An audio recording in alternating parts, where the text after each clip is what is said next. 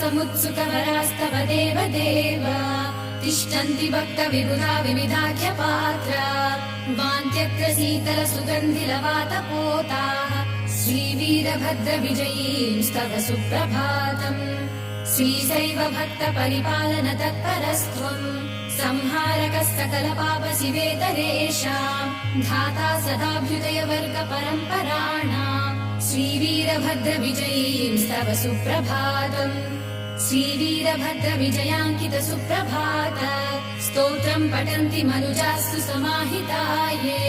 ते मानवाः सकलपापविदूरचित्ताः श्रीवीरभद्रकरुणाम् परमाम् लभन्ते